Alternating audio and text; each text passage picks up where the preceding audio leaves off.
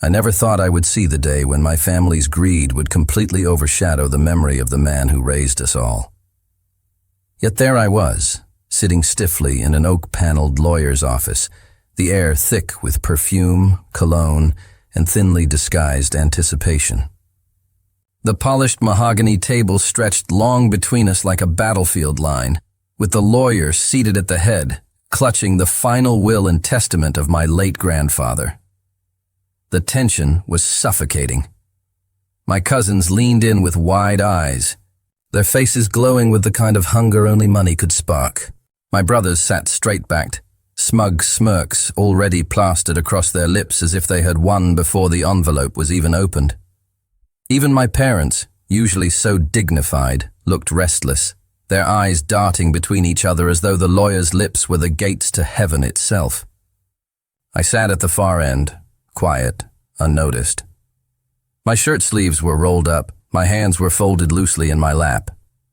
I had been close to my grandfather in ways no one else could understand, but here, in this room, I felt like an intruder. I could almost hear their thoughts.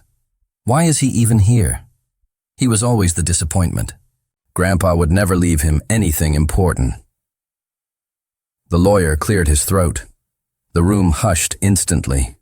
His spectacles slipped slightly down the bridge of his nose as he unfolded the document with deliberate care. "Ladies and gentlemen," he began in a slow, practiced voice, "we are gathered today to honor the last wishes of Mr. Harold Whitmore. His estate is vast, his legacy considerable, and his instructions very specific." A ripple ran through the room. Some leaned forward, others clasped their hands in mock reverence. My cousin Rachel actually whispered a small prayer under her breath, though I could tell it wasn't for Grandpa's soul. It was for her own future. The lawyer continued, "To my eldest son, Richard, I leave the Aspen cabin and the adjoining lands valued at $7 million. Richard, my uncle, sighed heavily, trying to mask his grin as if this was a burden rather than a blessing. My cousins elbowed each other, eyes wide. To my granddaughters, Emily and Sophia, I leave a combined inheritance of $18 million, held in trust until their 30th birthdays." The girls squealed quietly, their mother patting their hands in pride. One by one, the lawyer listed names and fortunes. Each relative's face lit up as if they had won the lottery. 10 million here, 5 million there, jewels, estates and properties scattered across the country. It all poured out like a waterfall of gold. I sat silently as the tide of wealth washed over everyone but me. Finally, the lawyer's voice dipped slightly. He adjusted his glasses and looked down the table at me. My brothers turned their heads, smirks widening. My cousins leaned closer, hungry for the punchline.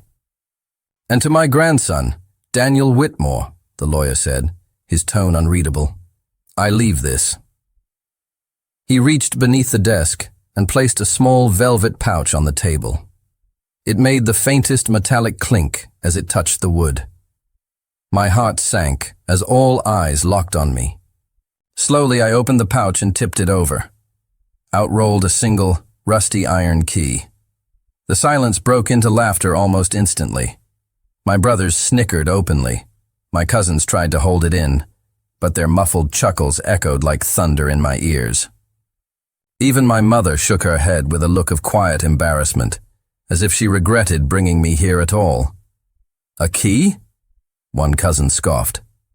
"What is it supposed to open the garden shed?" Another chimed in. Maybe Grandpa wanted him to finally learn how to fix a lock. He sure couldn't fix his life. The room erupted in cruel laughter.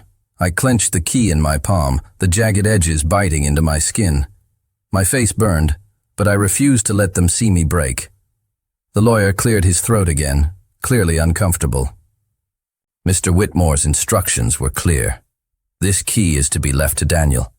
Its purpose was not specified in the will.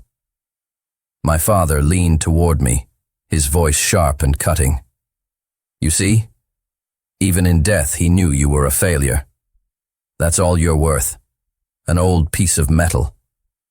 Their laughter faded into whispers, then into smug silence.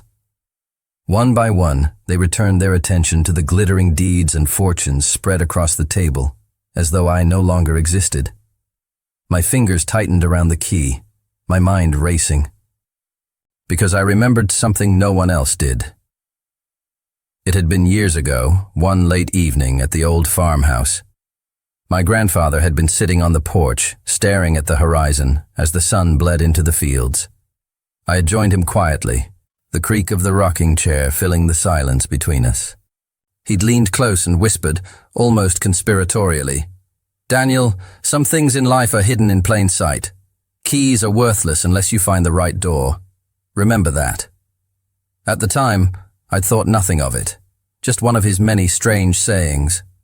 But now, sitting in that lawyer's office with a room full of greedy relatives celebrating their millions, I knew this wasn't a mistake.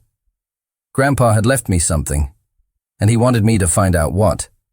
I slipped the key back into the velvet pouch and tied it shut. "Is that it?" my brother sneered from across the table. "Don't look too disappointed. At least it won't cost you anything in taxes." The lawyer folded the will and closed the folder. That concludes the reading. The room erupted into chatter, plans already forming in greedy minds. Trips to Europe, new cars, real estate investments. They spoke as though Grandpa's death was nothing more than a business deal finally cashed in. I pushed back my chair, the scrape of wood against tile startlingly loud. Heads turned briefly, then quickly dismissed me. After all, I was no longer worth their attention. I walked out of that office, the weight of the key heavy in my pocket, my heart pounding with both humiliation and resolve. I didn't know what door this key opened, but I knew this much. Grandpa had trusted me with something none of them understood, and I was going to find out what it was. As I stepped into the cool afternoon air, the laughter from inside still echoing in my ears, I clenched the key tighter, whispering under my breath the words my grandfather once said, "Keys are worthless unless you find the right door." And I was determined to find mine. The key weighed heavily in my pocket as I left the lawyer's office. Outside, the city was alive with the hum of traffic, people rushing by with no idea of the storm brewing inside me. My cousins were still inside, laughing, clinking glasses of celebratory champagne, already making plans to spend fortunes they did not earn. I had walked away quietly, but not defeated. I could almost feel my grandfather's voice echoing in my mind. "Keys are worthless unless you find the right door." I walked aimlessly for a while, my thoughts racing. Every step I took replayed the humiliation, the laughter, the smug looks on my relatives' faces.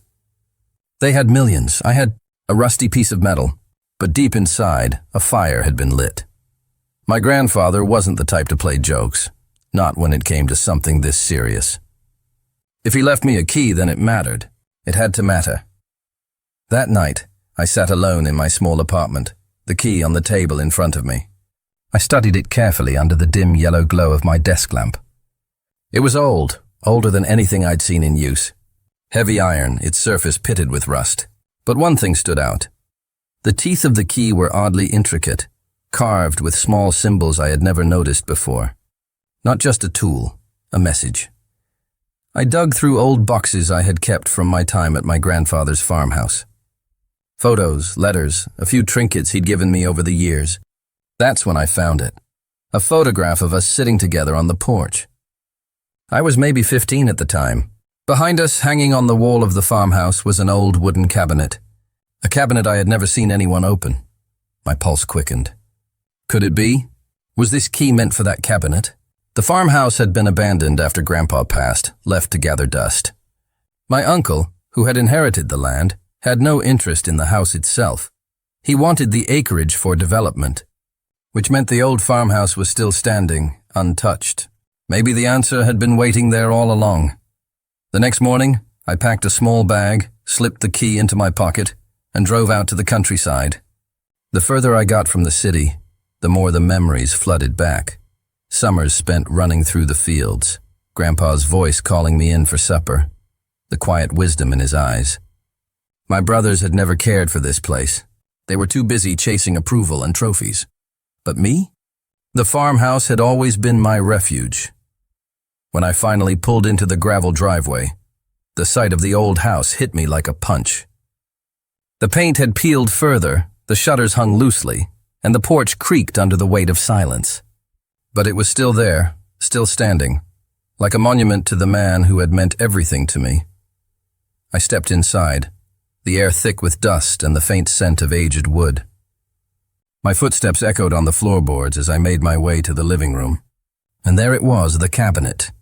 The same one from the photograph, standing tall against the wall, its wood darkened with age. My hand trembled as I pulled the key from my pocket. I slid the key into the lock. For a moment, it resisted, as though time itself was holding it closed. Then with a sharp click it turned. The cabinet creaked open. Inside were stacks of papers, some yellowed with age, others more recent. Letters bound with twine, envelopes sealed with wax, and, to my shock, a small wooden box. My hands shook as I reached for it, the wood smooth but heavy in my grip. I placed it on the table and lifted the lid. Inside was a collection of documents, property deeds, bank account ledgers, and something that made my breath catch. A sealed envelope with my name scrawled across it in my grandfather's handwriting. I tore it open. "Daniel," it began. "If you are reading this, it means the others have already taken what they believe is my legacy. But you, my boy, you carry something more valuable than money. You carry my trust. This key was never meant for a house, a car, or a safe. It was meant for you to unlock what others could not see. Enclosed are the documents that prove what they never knew. The true inheritance does not lie in what they flaunt, but in what they ignore." I flipped through the papers. My grandfather had hidden entire assets under my name, trusts, offshore accounts, even controlling shares in a company none of my family knew existed. I wasn't left with nothing. I was left with everything. The key wasn't just a symbol. It was the gateway to the truth. But as I sat there, the reality sank in. If I revealed this, my family would never forgive me. They would come after me with everything they had: lawyers, threats, manipulation. They thought I had been humiliated. They had laughed at me. But the real power, the real inheritance, was sitting right in front of me. A floorboard creaked. My head snapped up. The farmhouse was supposed to be empty. My heart pounded as I carefully tucked the documents back into the box. "Who's there?" I called out, trying to sound confident. From the shadows, a figure stepped forward. "My cousin Rachel." She smirked, her eyes flashing with the same greedy hunger I had seen at the lawyer's office. "I knew it," she said softly. "I knew Grandpa wouldn't leave you just a key. So what did you find, cousin? Something worth laughing about now?" My blood ran cold. If Rachel had followed me here, it meant others could too. My secret wasn't safe anymore. The key had opened the door. But now I wasn't the only one who knew. Rachel's voice echoed through the decaying farmhouse, sharp and smug, slicing through the stillness like a knife. My chest tightened as I clutched the wooden box closer. Her eyes darted toward it, and I could see the hunger written all over her face. It was the same hunger I'd seen back in the lawyer's office, that insatiable greed, the belief that the world owed her more. She stepped forward slowly, her heels clicking against the creaking floorboards. "I knew you were hiding something," she hissed. "You walked out too quietly. No one walks away empty-handed unless they know better. So tell me, Daniel, what did Grandpa really leave you?"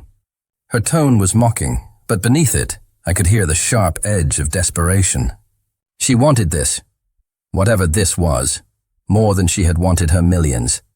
Because she knew, somewhere deep inside, she had always known Grandpa had a plan none of them could see. I stood frozen for a moment, my mind racing. If Rachel saw the papers, if she discovered the truth, she would run straight back to the others. The greedy pack would descend on me, tearing apart everything Grandpa had entrusted me with. I swallowed hard, forcing calm into my voice. "There's nothing here, Rachel. Just old letters and junk. You followed me for nothing." But she wasn't buying it.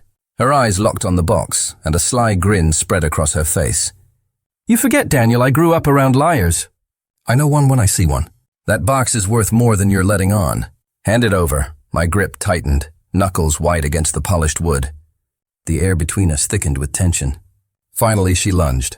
Instinct kicked in, and I twisted away. the box pressed against my chest as if it were a lifeline. We struggled for a moment, the dust swirling around us, our feet pounding against the rotting floorboards. Her nails scratched at my arm, but I refused to let go. Then, with one final shove, I pushed her back. She stumbled against the wall, glaring at me with pure venom. "This isn't over," she spat. "You can't hide this from all of us." And with that, she stormed out, the slam of the door rattling through the house. My heart raced, sweat dripping down my forehead. I knew I didn't have much time. Rachel would tell the others, and they'd come for me. I pulled the box open again, desperate to understand what Grandpa had left me before it was too late. My eyes scanned the documents, each more shocking than the last. There were titles to land in multiple states, hidden accounts worth millions, and, most shocking of all, shares of a company I had never heard of, Vale Industries. The name made my stomach twist. Vale was my mother's maiden name. Why would Grandpa have hidden investments under that? I dug deeper and found an envelope tucked beneath the stack. Inside was a letter, written in Grandpa's unmistakable hand. "Daniel, if you are reading this, you have found what others never could." The key was not just for this cabinet, but for the truth. Our family has spent generations chasing wealth, measuring love in dollars and pride in titles. But I built something greater in silence. Vale Industries is mine, and now it is yours. No one else knows it exists, and no one else can claim it. Use it wisely. Wealth without humility destroys, but wealth with patience rebuilds. Trust yourself, Daniel. You are the heir I chose, not because you asked, but because you never expected. My chest heaved as I clutched the letter, my grandfather's words burning into my soul. This wasn't just about money. This was about legacy, about trust, about faith in me when everyone else saw nothing. My father, my uncles, my cousins, and they had all written me off. But Grandpa hadn't. He had seen me. Tears stung my eyes, but before I could even let the moment sink in, I heard the crunch of tires outside. My blood ran cold. They were here. I peeked through the dusty curtain and saw headlights bouncing across the gravel driveway. A sleek black car pulled up, and out stepped three of my cousins, their faces twisted with smug certainty. Rachel had wasted no time. They were coming to take what they thought was theirs. Panic surged through me. I shoved the documents back into the box, tucking the letter deep into my jacket pocket. My eyes darted around the room, searching for an escape. The back door. I sprinted toward it, but the hinges groaned loudly as I yanked it open, giving me away. Shouts rang out behind me as my cousins stormed inside. "Daniel!" one of them bellowed. "You're not leaving with that box." I tore through the overgrown backyard, weeds slashing at my legs, the box clutched tight in my arms. The night air was heavy, the moon casting long shadows as I ran. My lungs burned, but adrenaline pushed me forward. I could hear them gaining, their footsteps pounding closer, their voices cursing my name. I darted toward the old barn at the edge of the property, my last refuge. The doors groaned as I shoved them open and slipped inside, plunging into darkness. I pressed myself against the wall, struggling to steady my breath. The box felt like it weighed 1,000 pounds now, not from wood and paper, but from the burden of what it held. Their voices grew louder outside. Flashlights cut through the cracks in the barn walls, beams of light sweeping across the dusty floor. My heart slammed in my chest. If they found me now, everything Grandpa entrusted me with would be gone. Then I remembered something. Years ago, Grandpa had shown me a trap door in this barn, a hidden root cellar where he kept supplies. My hands fumbled across the floor, brushing against old boards until I found it. I pried it open just as footsteps echoed inside the barn. Without hesitation, I climbed down, pulling the hatch closed above me. Darkness swallowed me whole, but I was safe, for now. The cellar smelled of earth and age, damp and cold. I sank to the ground, clutching the box, my breath ragged. Above me, I could hear my cousins searching, their boots stomping against the floorboards. "He's here somewhere," Rachel's voice hissed. "Find him." That key led him to something, and I want it. The irony hit me. The same key they mocked now terrified them with what it could mean. Minutes stretched into what felt like hours, until, finally, silence returned. I waited longer still, not daring to move until I was sure they were gone. At last I emerged, the barn eerily quiet under the pale moonlight. My cousin's car was gone. Exhausted, I staggered back to my truck, the box still clutched tight. Every instinct screamed at me to leave, to get somewhere safe before they came back with reinforcements. But as I slid behind the wheel, I realized something important. Hiding wasn't enough. If Grandpa had trusted me with this, then it was time to stop running. It was time to claim what was mine. I drove through the night, straight back to the city, the letter heavy in my pocket. By dawn, I stood outside the office building of the law firm that had handled Grandpa's estate. The receptionist gave me a puzzled look as I demanded to see Mr. Carter, the family lawyer. When he finally appeared, adjusting his tie, I thrust the box into his hands. "Check these documents," I said, my voice firm despite the exhaustion. "My grandfather left me more than just a key. He left me this." Carter's eyes widened as he flipped through the papers, his face shifting from confusion to shock to something else entirely. Respect. He glanced up at me, his voice steady but tinged with awe. "Daniel, do you realize what you're holding? This isn't just money. This is control. Vale Industries alone is worth over $62 million. And it's all in your name." The words hit me like thunder. $62 million. More than any of my cousins had received. More than they could even imagine. And it wasn't luck. It wasn't chance. It was a choice. Grandpa's choice. He had seen me all along, but before I could even breathe in the weight of it, Carter leaned closer, lowering his voice. "Be careful. If your family learns the truth before you're ready, they won't stop. They'll try to destroy you. You need to decide, are you going to hide this or are you going to fight for it?" The question lingered in the air as I gripped the edge of the box. For the first time in my life, I wasn't the forgotten one. I was the heir. And with that realization came a fire I had never felt before. I knew my answer. Carter let the silence stretch, like he was measuring whether I would step back or step forward. "I did not flinch. I am not hiding," I said. "Not anymore." He nodded once, approval maybe relief, and slid the box back toward me. Then we moved fast. "Your grandfather prepared most of the groundwork, but there are filings to execute, custodial transfers to confirm, and a board to—" "Meet? Board?" I repeated. "For Vale Industries," he said. "You hold the controlling voting block through 3 layered trusts and a nominee structure. On paper, the name is distant. In reality, you can seat the chair." The words felt unreal. The iron smell of the farm cellar was still in my nose. The ache of sprinting through weeds still in my legs. And yet here I was, being told I could lead a company my entire family did not know existed. The memory of my relatives toasting their windfalls flickered through me like static. I steadied myself on the edge of the table. "What do we do first?" I asked. Carter had a checklist ready as if he had been waiting for this exact answer for years. Perhaps he had. "We notarize and lodge the trust confirmations, notify the transfer agent, and call an emergency board session today. I will signal the outside counsel on Vale. You, in the meantime, keep those originals close and tell no one where you're going." I left his office with a folder of certified copies, my grandfather's letter in my inside pocket, and the key in its velvet pouch, no longer a punchline, but a compass. The city looked different on the walk to the curb, the same rush of traffic, the same glass and steel, but I moved through it with a steadiness I had never owned. No more flinching.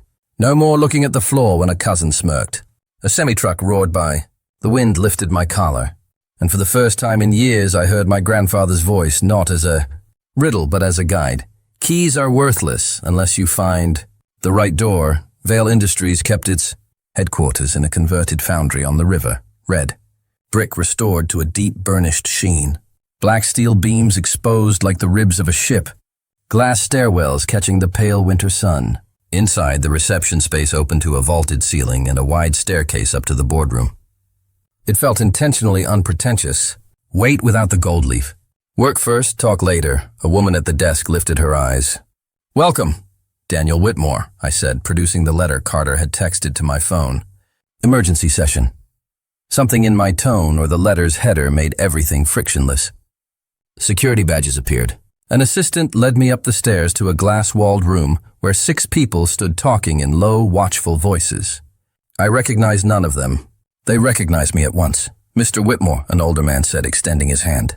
His palm was calloused, which surprised me. "James Rowan, interim chair." He studied my face with a gaze that was neither hostile nor indulgent, just exact. "You look like him. Like Harold?" I asked. He smiled with a softness that belonged to another decade. "Like the man he was before the conferences and photographs." "Sit, please, we took our places." Rowan spoke first for the others' benefit. "Council has verified the trust structure. Mr. Whitmore holds the majority voting block. We are here to confirm governance, receive his intent, and, if prudent, transfer the chair." There was no ceremony, no gavel. I told them the truth. What happened at the will reading, the laughter, the key, the cabinet, the letter. I did not embellish. I did not need to. When I finished, the room was still except for the faint whir of the HVAC and the river's white noise through the glass. A woman with gray-streaked hair and a kind mouth, her name tag read M. Alvarez, leaned forward. "Your grandfather designed us to be quiet," she said. "We invest in unglamorous work, cold storage, inland ports, repair depots, the arteries no one posts about. The Whitmore name was never on this door because he wanted the work to outlive the family politics." I held that in my chest for a long, steady breath. "Of course he did." Rowan tapped a folder. "There is one more matter. Pressure." "What kind?" I asked. "External," Alvarez said. "A holding company controlled by your uncle has been sniffing around our warehouse leases for months. They do not know we are Vale. They only know we are in their way. They bid irresponsibly high to push us out. We walked, but they will keep coming. If they learn who you are to us, this becomes personal by noon. My uncle, of course." The same smile from the mahogany table, the same restless eyes counting zeros that did not belong to him. My fingers found the key in my pocket and pressed until the teeth bit the skin. "I am not here to burn anything down," I said. "But I am not here to be bullied either." Rowan glanced around the table. "No dissent. Then we confirm the transfer." He slid a single page toward me. Nothing theatrical, just ink and spaces for signatures. "Chair, subject to quarterly review." I read every line and signed. The room changed almost imperceptibly. Shoulders lowered. Someone exhaled.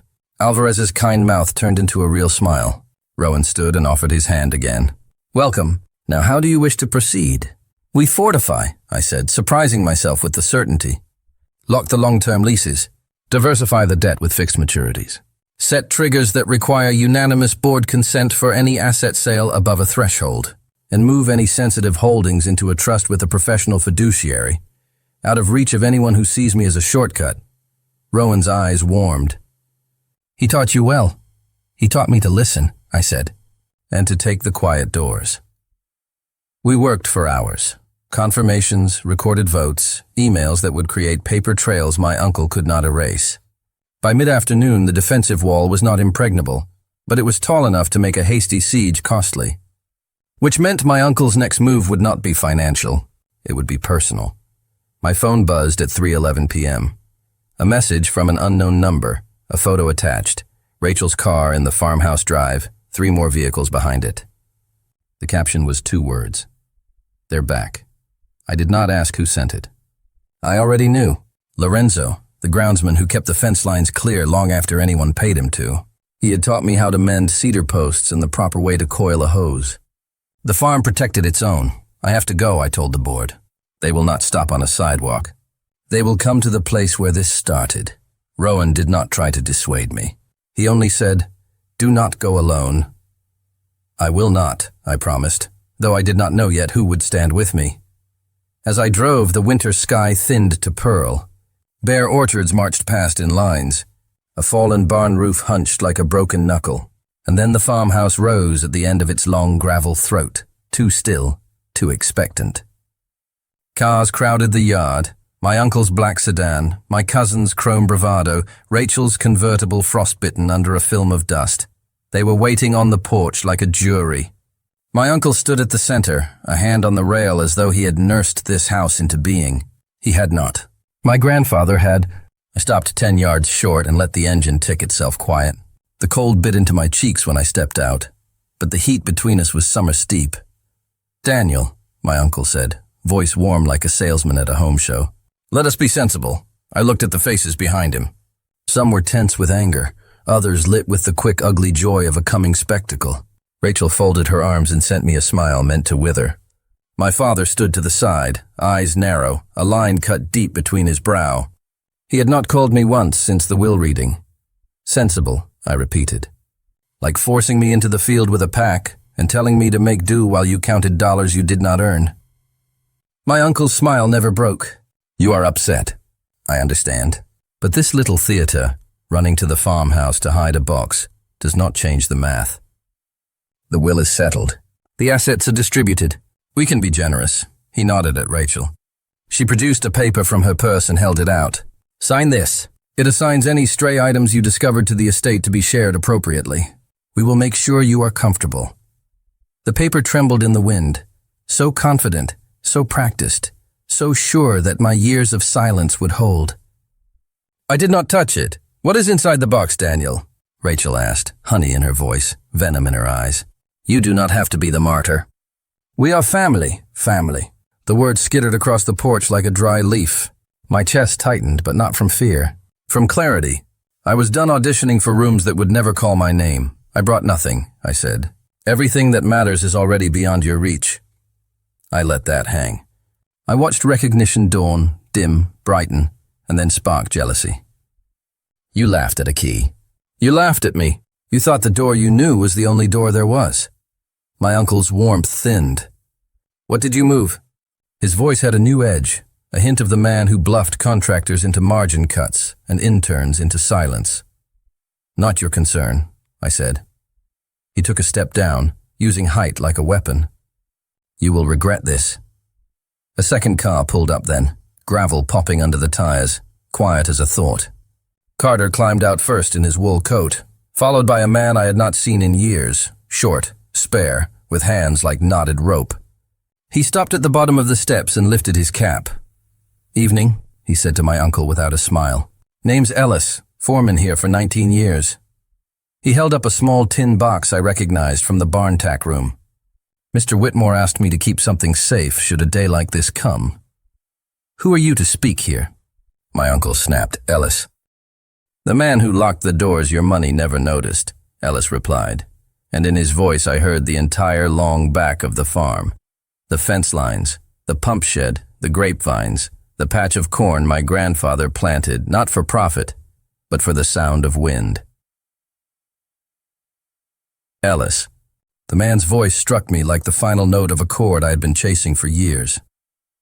Your next move decides all of us. The words carried a gravity that no courtroom ruling, no board resolution, no sneer from my relatives could rival. My breath hitched. I opened the screen door, letting it squeal on its hinges, and stepped onto the porch to face him. His eyes were the same color as my grandfather's, a storm gray flecked with blue. His features were older, leaner, lined by a life lived hard but steady. I realized with a jolt who he was, my grandfather's estranged brother, my great-uncle Samuel. I had only seen him in faded photos, his presence spoken of in whispers when the family wanted to curse a man who walked away from money to build his own farm in another county. Yet here he was, returned at the exact moment the story had reached its breaking point. Uncle Samuel, I said, the words foreign on my tongue. He nodded once. Your grandfather told me long ago that when the rest of them played with gold like it was confetti, one of us would need to keep the map. He gave me pieces, just enough to know when the time came. He lifted a leather satchel onto the railing, its straps frayed, its brass buckle dulled. He undid the clasp and pulled out another envelope. Yellowed, sealed with wax, the kind no one used anymore. My pulse kicked hard. This, he said, pressing it into my hand, is the last move on his board. I was not to open it. He wrote your name across it with his own hand. I think you will know what to do. I broke the seal carefully. Inside was not money, not deeds, not contracts. It was a letter written in my grandfather's familiar, steady hand. Daniel, if you are reading this, it means you chose the door no one else believed in. The farm is not the end. Vale Industries is not the end. They are the foundation. But legacy is not measured in walls or coin. It is measured in whether you choose to plant what you were given into soil that outlives you. Take what is now yours and do not hoard it. Multiply it for the ones who will never sit in these rooms. The warehouses, the leases, the vineyards, They are not trophies. They are seeds. Build quietly. Lead firmly. Love greatly. That is the revenge worth taking. Tears blurred the ink. For the first time since the funeral, I felt no anger, no sting, only clarity. I folded the letter and looked at Carter, at Ellis, at Samuel. We are not going to fight them on their terms anymore, I said. We are going to outlast them. That night we drew up the plan. Carter would restructure Vale's board to insulate it from hostile hands. Ellis would oversee the farm's restoration, not for profit, but for permanence. Cropland preserved, the farmhouse turned into a foundation's heart. Samuel would return to the fold, bringing the knowledge he had carried in silence. I spent hours at the kitchen table, the key lying between us, now less a weapon and more a reminder. Each man there had chosen principle over applause, stewardship over spectacle. I realized my grandfather's secret was not about a company or even money. It was about assembling the right hands to carry weight when others only wanted to measure it. The following weeks were relentless. My uncle tried subpoenas, pressure calls, veiled threats. None of them worked. The paperwork Carter had filed held strong. My cousins scattered, some muttering about betrayal, others cutting their losses to chase faster fortunes. Rachel vanished from the circle entirely. I heard she had moved states away, tired of a war that no longer paid. In contrast, Vale Industries flourished quietly. The leases we locked in became essential when supply chains strained.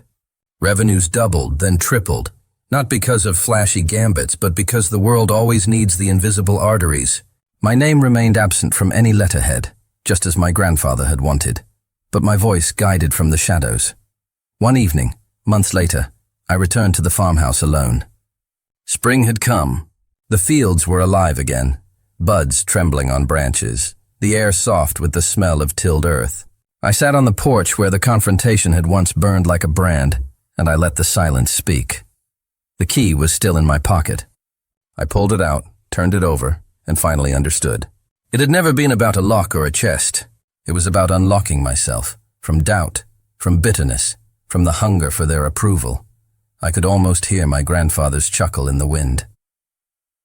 You found the door, Daniel. That is all I ever wanted. I smiled into the dusk, my heart lighter than it had ever been. For the first time, I did not need anyone's laughter or sneer to define me. I had built my own measure, and I would keep building, quietly, firmly, for all of us.